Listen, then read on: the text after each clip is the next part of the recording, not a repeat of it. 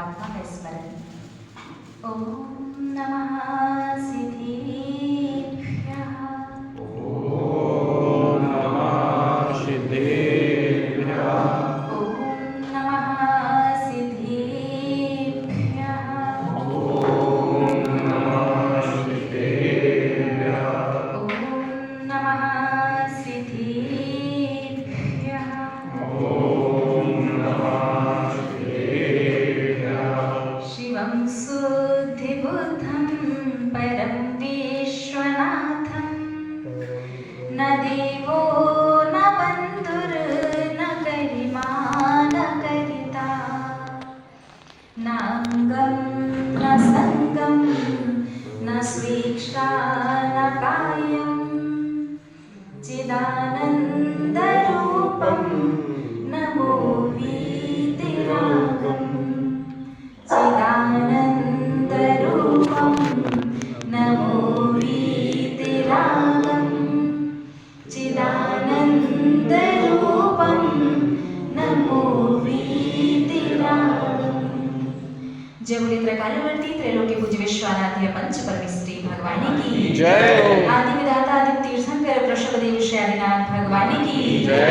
बोलाय के विराजमान अरिष्ट नैमिनाथ भगवानी की जय। गौरगमठोप सर विजयी श्री चिंतामणि पार्श्वनाथ भगवानी की जय। विश्व वंदनीय भगवान महावीर स्वामी की जय। परम गुरु परम पिता परमात्मा 1008 श्री सिमंदर स्वामी भगवानी की जय।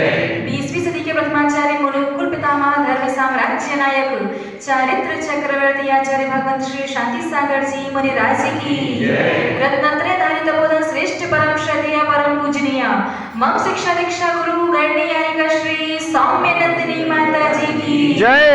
ऐसा प्रधान श्रीमद जैन धर्म की जय माता जी की जय। धर्म स्नेही आप सभी भव्य महानुभाव, क्योंकि समय बहुत ज़्यादा हो रहा है इसलिए आज हम आपसे संक्षिप्त में तत्व चर्चा करेंगे। एक बार लगभग 50 यात्रियों का समूह एक बस के माध्यम से तीर्थ यात्रा करने के लिए जा रहा था। अचानक से रास्ते में बारिश का मौसम बनने लगता है और आकाश में बिजली चमकने लगती है और एक आकाशीय बिजली बार बार उस बस के पास आती और वापस लौट जाती। बस में बैठे सभी यात्रियों ने विचार किया कि इस आकाशीय बिजली की वजह से हम आगे की यात्रा तय नहीं कर पा रहे हैं। जरूर अपन 50 में से कोई एक जीव पापी है जिसके ऊपर ये बिजली गिरने वाली है और उस एक के चक्कर में अपन सबको बाकी 49 लोगों को परेशानी हो रही है। तो बैठ करके विचार विमर्श किया गया और निष्कर्ष निकला कि बस को एक साइड रोक देते हैं, सभी यात्री बस से नीचे उतर जाएंगे और सामने जो पेड़ है एक एक करके सभी यात्री उस पेड़ तक जाएंगे और जिसकी भी पाप कर्म का उदय होगा ये बिजली उसके ऊपर गिरेगी, बाकी 49 लोग सुरक्षित रहेंगे। ऐसा ही किया गया, बस को साइड से रोक दिया गया, सभी यात्री नीचे उतर गए और एक एक करके 49 यात्री उस पेड़ के पास जाकर के वापस लौट करके आए, लेकिन बिजली किसी के भी ऊपर 49 में से नहीं गिरी।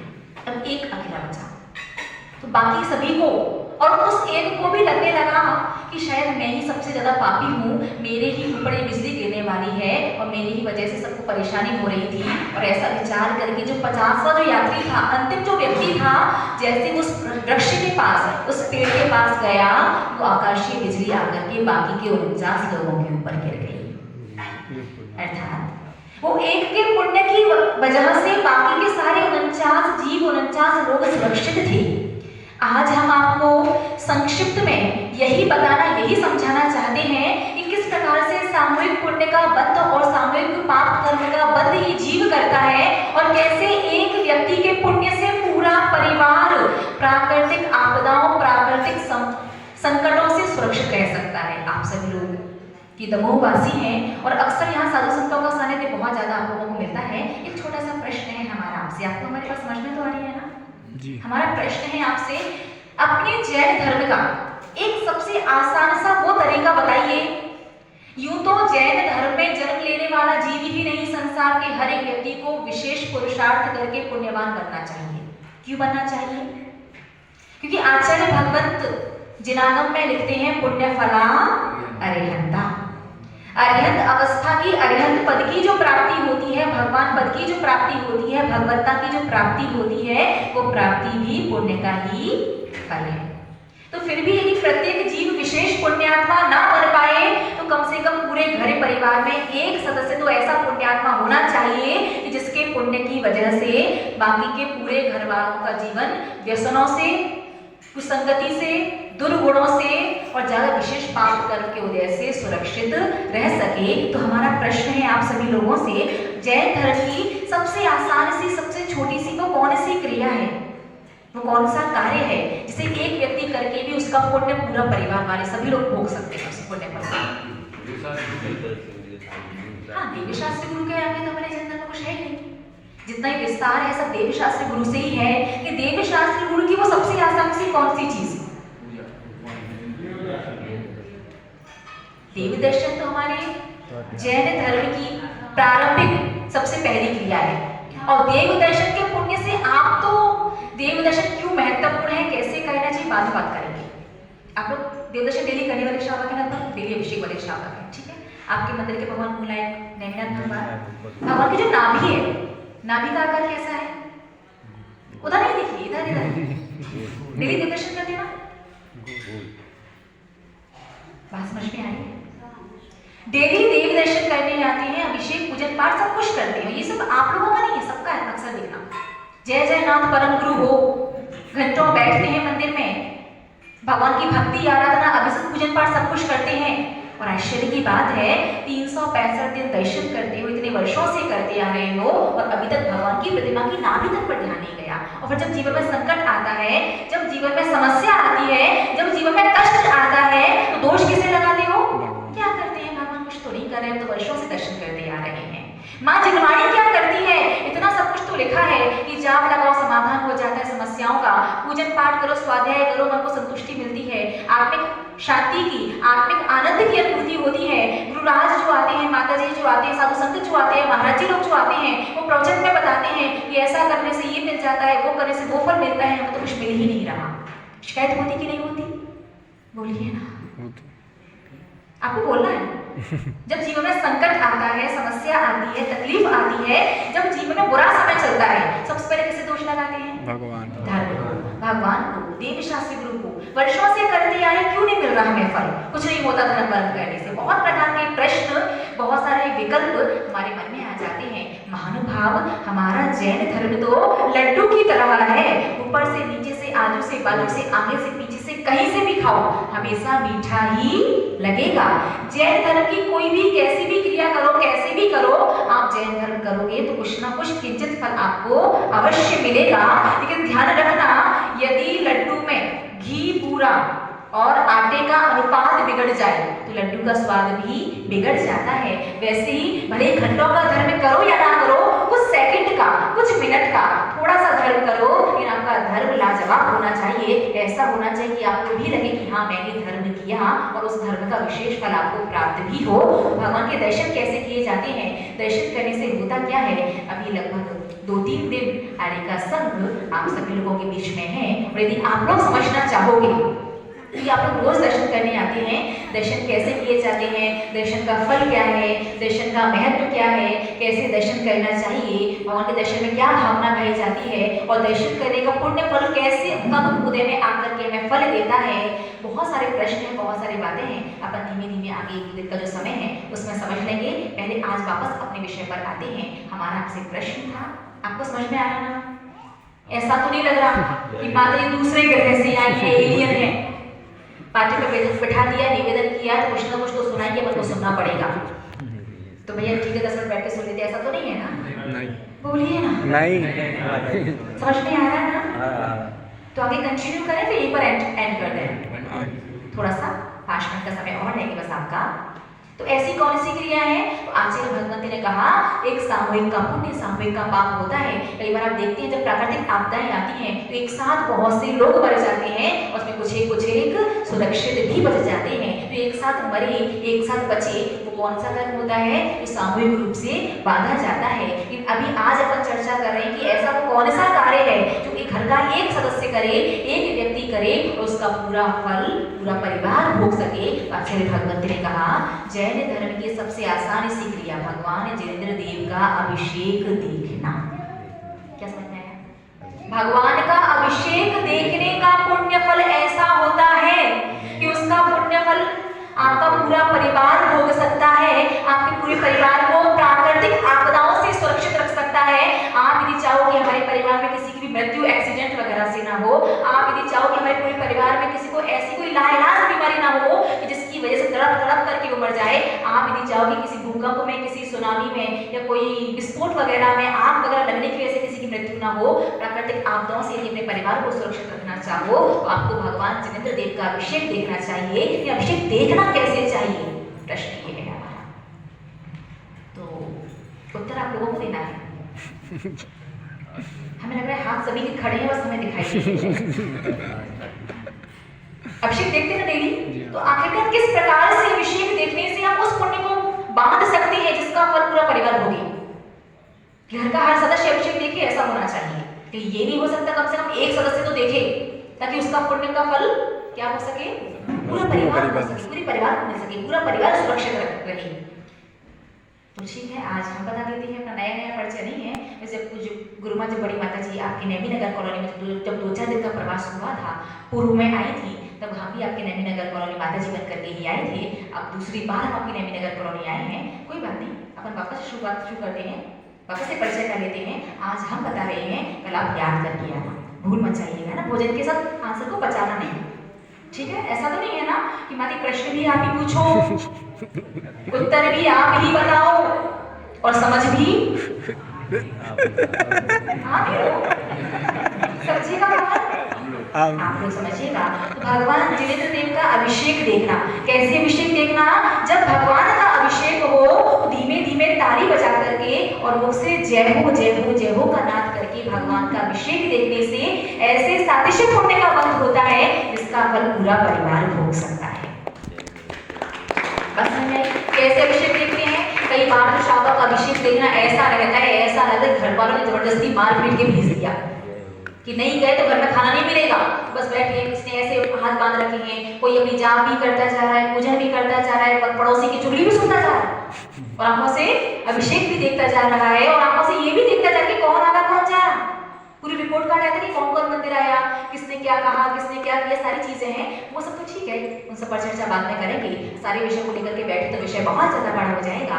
आज जिस विषय को प्रारंभ किया है सिर्फ चर्चा उसी की करते हैं। तो भगवान जिनेंद्र देव का जब अभिषेक हो रहा हो तो बहुत ज्यादा जोर से ताली मत बजाना, बहुत ज्यादा जोर से जय हो मत बोलना कि अभिषेक करने वाले को और मंत्र पढ़ने वाले को डिस्टर्ब हो, ऐसा कार्य नहीं करना। धीमे धीमे धीरे धीरे से ताली बजाते रहो और मुझसे जय हो जय हो जय हो धीमे धीमे बोलते रहो और आंखों से अभिषेक देखते रहो। ऐसे जो भी व्यक्ति अभिषेक देखता है वो व्यक्ति ऐसे पुण्य का बंध करता है जिस पुण्य के माध्यम से अपने पूरे परिवार को प्राकृतिक आपदाओं से 20% तक सुरक्षित रख सकता है। कितना? 20%। बाकी अगर 100% सुरक्षित रखना है तो परिवार वालों को खुद अभिषेक देखने आना पड़ेगा। जिस प्रकार से जो भोजन करता है पेट उसी का भरता है, आपकी भोजन करने से दूसरे का तो नहीं भरता ना। फिर ऐसा तो नहीं होता कि आप भोजन करो, घर के मुखिया भोजन करे, बाकी घर वाले उसके हाथ में हाथ लगा दो। आप लोग करते हो ना? जब शांति धारा होती तो अधिकांश लोग क्या करते? एक व्यक्ति शांति धारा कर रहा है, बाकी के लोगों को उसके हाथ में हाथ। शांति धारा भगवान के ऊपर हो रही है, हाथ जोड़ करके देखने में भी वही पुण्य लगेगा जो करने वाले को लग रहा है। और हाथ लगाने से वो पुण्य मिले ना मिले जरूरी नहीं कि हाथ लगाने से कि करने वाले के मन में संक्लिष्टता आ जाती है, उसे डिस्टर्ब हो रहा है या हाथ लगाने की वजह से दूसरे को देखने में बाधा हो रही है या हाथ लगाने से वो टोटी जो होती है झाले की वो श्रीजी से टकरा रही है, किंचित पाप का बंध भी हो सकता है। और विनय से लगा रहे हो और लगाने वाले से मतलब जो शांति धारा कर रहा है उससे पूछ करके उसके हाथ में हाथ लगा रहे हो या कलश में हाथ लगा रहे हो तो किंचित पुण्य का बंध भी हो सकता है। लेकिन शांति धारा हाथ जोड़ करके देखने से पूरे पुण्य का प्राप्ति होती है, हो सकती नहीं होती है। जैसे भोजन में सीधा सा सिद्धांत लगा करके चलो, बाबा आदम के जमाने की जो परिभाषा है, कहीं सुनी परिभाषा है, उनमें नहीं चलना है।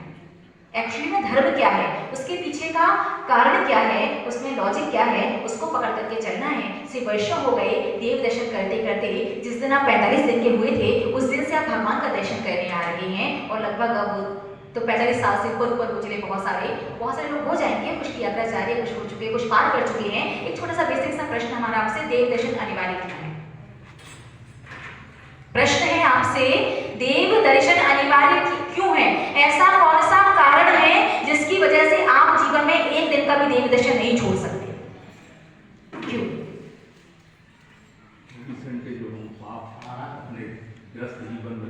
24 घंटे पाप करते हैं, उनके समापन के लिए कि वो आगे, तो उनके समापन तो शास्त्र स्वाध्याय से भी बहुत से पाप कर्म की निर्जरा हो जाती है। देखिए, देव दर्शन से निश्चित रूप से पुण्य कर्म का बंध होता है, विशेष पाप कर्म की निर्जरा होती है, सुख मिलता है, शांति मिलती है, पॉजिटिविटी आती है, ये सब चीज तो होती है। लेकिन ये चीजें और स्वाध्याय करने से, साधु को आहार देने से, तत्व चर्चा करने से, साधु का विहार करवाने से, भगवान पूजन पाठ करने से, अभिषेक करने से, उनसे भी ये सारी चीजें हो जाती है। हमारा प्रश्न है, ऐसी कौन सा कारण है, ऐसी कौन सी वजह है जो सिर्फ देव दर्शन इस वजह से करना, वो और किसी कार्य से नहीं हो सकता? कौन सा रीजन है? श्रावक की सदावश्यक, श्रावक के सकाश, देव पूजा उपास से, स्वाध्याय से मस्तक, इसलिए कहते माता जी की जैसे श्री जी है वैसे हम आपके समान बन सकते हैं। हाँ, निश्चित रूप से देव दर्शन करने के पीछे भावना यही है, जिन्हें दर्शन से निज दर्शन है, निज दर्शन है तो वो दर्शन है, और जिन्हें दर्शन से निज दर्शन ना, वो दर्शन नहीं प्रदर्शन है। भावना यही रहती है कि प्रभु आप जैसा बनने के लिए। ये भावना तो अगर भगवान को नहीं भी देखेंगे तो घर में बैठे बैठे भी भावना भाई जाती है। पहले के सब तो जंगल में भावना भा करके केवल ज्ञान प्राप्त करके मोक्ष चले जाया करती थी। ये भावना तो भाती ही, ये चीज सही है, लेकिन एक्चुअली में रीजन स्पीड ज्यादा तो नहीं है हमारी। तो ये प्रश्न हम छोड़ देते हैं, कल इसका उत्तर लेकर के आइएगा। प्रश्न ध्यान से सुनिए, देव दर्शन अनिवार्य क्यों है, कंपल्सरी, पहला प्रश्न। दूसरा प्रश्न, देव दर्शन डेली रोज क्यों करना? एक दिन की छुट्टी करें तो चलेगा नहीं क्या? एक आधे दिन से उपवास कर लेते हैं, जैसे भोजन आवश्यक है वैसे देव दर्शन आवश्यक है, कोई ये कहे तो एक आधे दिन को यदि उपवास कर ले, क्या एक आधे देव दर्शन छोड़ा जा सकता है? रोज देव दर्शन क्यों करना चाहिए? कि एक बार दर्शन करके हम भगवान को भूलते नहीं है, भगवान छोटे बड़े नहीं होते, आगे पीछे नहीं होते, दूर परत नहीं बदलते, हमें दर्शन कर लिए भगवान हमें याद है, फिर भी हम एक दिन का देव दर्शन नहीं छोड़ सकते। तो रोज देव दर्शन क्यों करना चाहिए? और देव दर्शन करने मंदिर ही क्यों आना? कि घर पर बैठ के मोबाइल टीवी में देव दर्शन नहीं कर सकते, और मन कण में भगवान है, मन में भगवान है, तो क्या मन से घर में बैठे देव दर्शन नहीं कर सकते क्या? मंदिर, देव दर्शन करने के लिए मंदिर ही क्यों आना चाहिए? 3 प्रश्न। पहला, देव दर्शन अनिवार्य क्यों है? दूसरा, रोज डेली देव दर्शन क्यों करना चाहिए? तीसरा सबसे महत्वपूर्ण प्रश्न कि देव दर्शन करने मंदिर ही क्यों आना है? तीनों में से किसी प्रश्न का उत्तर यदि अभी किसी से बन रहा हो तो हमें बता दीजिए, नहीं बन रहा तो चीटिंग अलाउ है, आप आराम से अपने घर जाओ। और जितने आपको खूब रोका है, जो ना घर वाले पंडित जी रहते हैं, पड़ोस वाले रिश्तेदारों में रहते हैं, अपने रिश्तेदारों को फोन लगाओ, पड़ोसी से, परिवार वालों सबसे बात करो कि भाई आपको बचपन से 55 हो गया, बिल्कुल बचपन से बुढ़ापा आ चुका है, रोज दर्शन करते हो, बताइए देव दर्शन अनिवार्य क्यों है? सुख, शांति, समृद्धि, संतुष्टि, पॉजिटिविटी, भावना, वो सब जो ठीक है, बट एक्चुअली रीजन। हाँ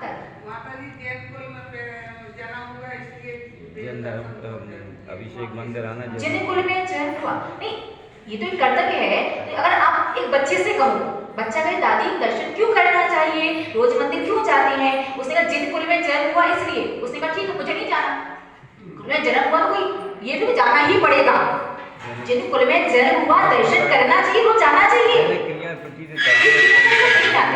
एक्चुअली रीजन क्या है? माता जी क्या है, मुक्ति के लिए वीतरागता की आवश्यकता है। वीतरागता के दर्शन केवल जैन से होते हैं, आनंद देव से होते हैं। वीतरागता की प्राप्ति के लिए जो दर्शन करना चाहिए। तो एक बार दर्शन कर लिया, फिर तो देखो वीतरागता की प्राप्ति भेद विज्ञान, भावों की विशुद्धि। एक बार दर्शन कर लिया, फिर आपसे घर बैठे भाव भेद विज्ञान दर्शन सारी प्रतिमा आज जैन धर्म को आज का ये कारण है, बट एक्चुअली कारण क्या है? वास्तविक कारण, लॉजिक। स्थापना दिन है हमारे जिन्हें जो देव है वो हमने स्थापना दिन किए हैं, और जिन प्रतिमा और जिन भवन कारण सम्यक ज्ञान है, ये भी एक कारण है, but actually logic main reason कि जिसकी वजह से करने ही चाहिए और एक दिन भी नहीं छोड़ सकते। वाई? प्रतिदिन के पापों के प्रतिदिन जो 24 घंटा अपन पाप करते हैं तो कम से ये सारे कारण हैं। आज आपकी बात समझ में मतलब आ रही होगी कि आज का जो युवा वर्ग है, युवा पीढ़ी जो है, आज के बच्चे जो हैं वो क्यों नहीं जुड़ पाते धर्म से, क्यों नहीं मनते रह पाते? कि आप लोग बहुत सीधी सादी वाली पीढ़ी थी। माता पिता ने कहा, बड़े बुजुर्ग ने कहा, साधु संत ने कहा, त्यागी व्रती ने कहा कि भैया मंदिर जाना चाहिए, जैन कुल में जन्म लिया है, जाओ मंदिर, कर्म की निर्जरा होती है, पाप कर्म की, पुण्य कर्म का पद, सुख शांति समृद्धि भेद विज्ञा सम्यक दर्शन। आपने उनकी बात मान ली और आज तक धर्म करते आ रहे हैं। बट अब जो समय आ गया है, अब की जो पीढ़ी है, ये कौन से साइंटिफिक पीढ़ी है, वैज्ञानिक पीढ़ी है। इसे वैज्ञानिक रूप से आपको तर्क दे करके लॉजिक के साथ समझाना पड़ेगा। बाबा आदम के जमाने की परिभाषाओं से ये बच्चे समझने वाले नहीं है। और एक्चुअली में आप खुद विचार करो, इतने वर्ष जीवन के व्यतीत हो गए और बेसिक सा प्रश्न, अपन बात करें जीव कांड की, कर्म कांड की, धवला पुस्तक की, कसाई पाउल की, बड़े बड़े ग्रंथों की बड़ी बड़ी बातें तो हमें बहुत सारी आती हैं, लेकिन जो बेसिक जो नींव है, प्रारंभिक जो कक्षा है, उसका पहला प्रश्न देव दर्शन क्यों करना चाहिए, कैसे करना चाहिए, उस चीज को हमने आज तक नहीं समझा है। और जीवन में जब भी कष्ट संकट तकलीफ आता है, सीधे जाकर के देव शास्त्र गुरु धर्म को दोष लगा देते हैं, जबकि हमें समझना ये है कि हम कोई भी कार्य क्यों कर रहे हैं और कैसे करना चाहिए। तो तीनों प्रश्नों के उत्तर आप लोग कल लेकर के आने का प्रयास कीजिए। आज समय बहुत ज्यादा हुआ है, कल से प्रवचन का समय 8:15 पे अभिषेक हो जाता है। 8:15 बजे अभिषेक शांतिकरा हो जाए। अभिषेक शांतिकरा पूरी होने के बाद पहले 15-20 मिनट का आधा घंटे का प्रवचन और उसके बाद फिर पूजन। तो डिस्टर्बेंस तो नहीं होगा वैसे? तो अपन ऐसा कर लेते हैं, ज्यादा लंबा चौड़ा प्रवचन नहीं करेंगे, आधा घंटा मैक्स टू मैक्स बस। तो शांतिधारा के बाद पहले जितना बजे की आपकी शांतिधारा हो जाएगी पूरी, उसके बाद पहले प्रवचन कर लेंगे आधा घंटे का, उसका पूजन वगैरह करके फिर आप लोग जा सकते हैं। तो तीनों प्रश्नों का उत्तर लेकर के आने का प्रयास कीजिए। आज बस इतना ही समझिए कि हर व्यक्ति भगवान जिनेंद्र देव की अभिषेक देखने के लिए कम से कम जिन मंदिर पहुंचना चाहिए। कि प्रत्येक व्यक्ति ना पहुंच पाए तो कम से कम घर का एक सदस्य तो भगवान का अभिषेक देखने अवश्य जाए। और यदि वो अभिषेक देखने जा रहा है तो पूरे परिवार उस पुण्य के फल को भोग सके, उसके लिए अभिषेक देखते समय धीमे धीमे ताली बजाते हुए जय हो जय हो जय हो बोल करके भगवान का अभिषेक अवश्य देखें। अब ताली कैसे बजाई जाती है और कैसे हमारे जैन धर्म में प्रत्येक समस्या का समाधान लिखा है, शेष चर्चा पुनः करेंगे। तब तक के लिए जय बोले परम श्रद्धेय परम पूजनीय मम शिक्षा दीक्षा गुरु गणियानिका श्री सौम्यनंदिनी माता जी की जय। द्वादशांगमयी जिनवाणी माता की जय। ये तो हुई हमारी बात। अब ऐसा कोई विषय या कोई प्रसंग तो नहीं है जो आप लोगों को सुनना या समझना हो। यदि विशेष रूप से आप लोग किसी विषय पर प्रवचन सुनना चाहो, किसी विषय को समझना चाहो, तो वो भी समझा सकते हैं आपको। सबसे मूल पर सम्यक दर्शन ही है।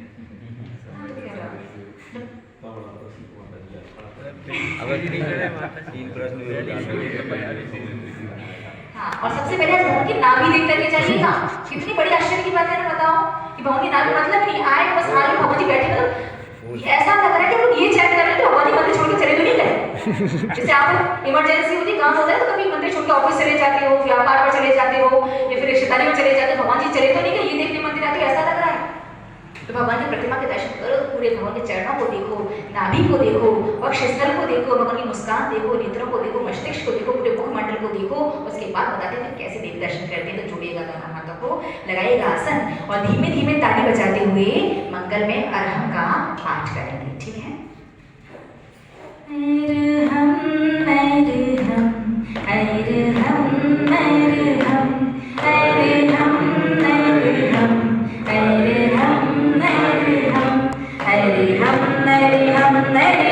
अरहम